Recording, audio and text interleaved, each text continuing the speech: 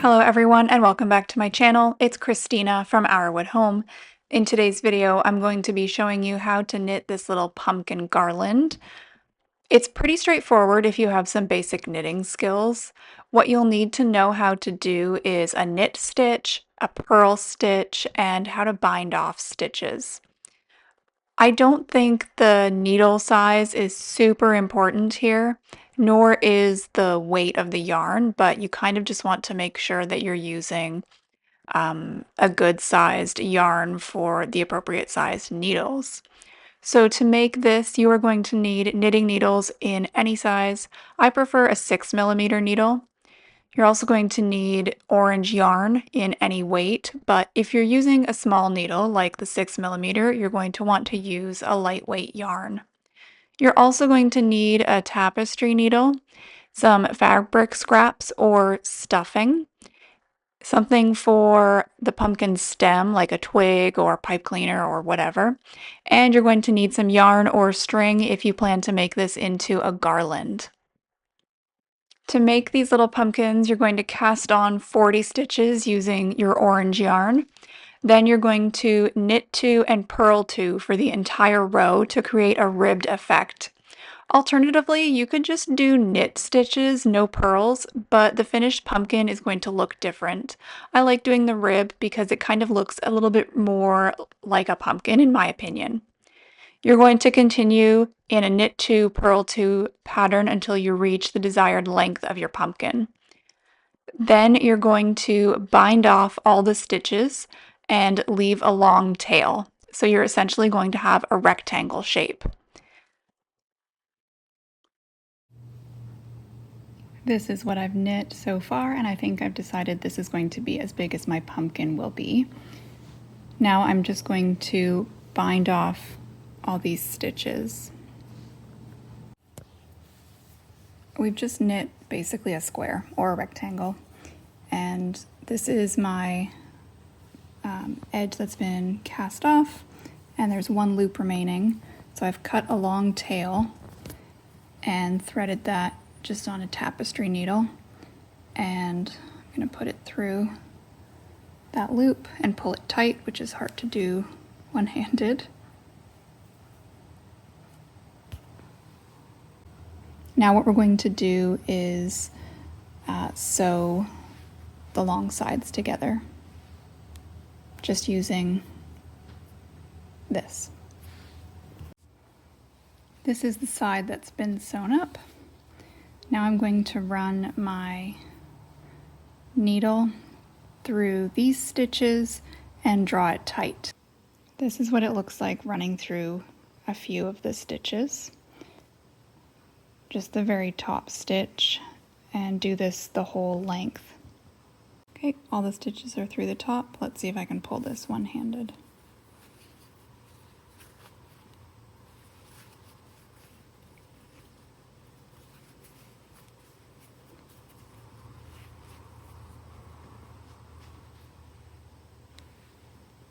And that's what it should look like.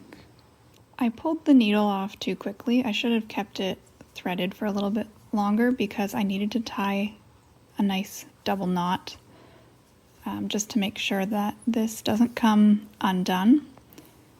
Now we can trim this tail and turn the pumpkin right side out. Now it's time to stuff the pumpkin. I prefer to use batting or stuffing, like something you'd use to fill a pillow, but I don't have any of that, so I'm just using some fabric scraps, which work fine. Honestly, it doesn't really matter. The stuffing is going to give you kind of a softer pumpkin, but I like the fabric scraps because you can change the shape of the pumpkin a little bit easier. In this clip, you can see the pumpkin is kind of tall and skinny, but if I squish it down, it will be shorter and wider. So just use whatever scraps or batting you have to fill this up. I guess in a pinch, you could even use something like newspaper or packing material, really just whatever you have to make this pumpkin shaped.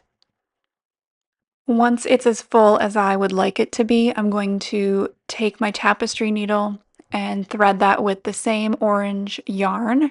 And we're just going to run that needle through all of the stitches on the top and pull it tight to kind of make like a drawstring, but we don't want it fully tightened because there has to be room to put our little stick stem.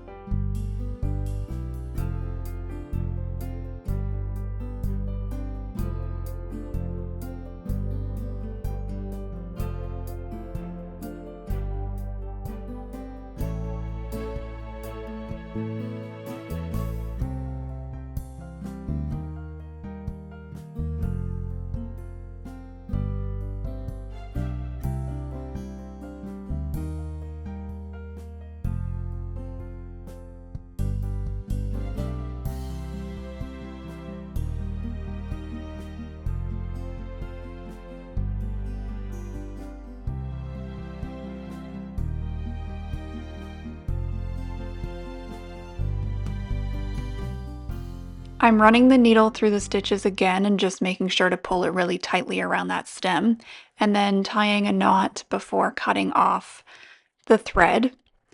Now we're going to get ready to thread these pumpkins onto our garland. If you didn't want them to be a garland, you could just leave them as they are, but I wanted them to hang up, so I'll show you how I threaded those to hang onto my garland.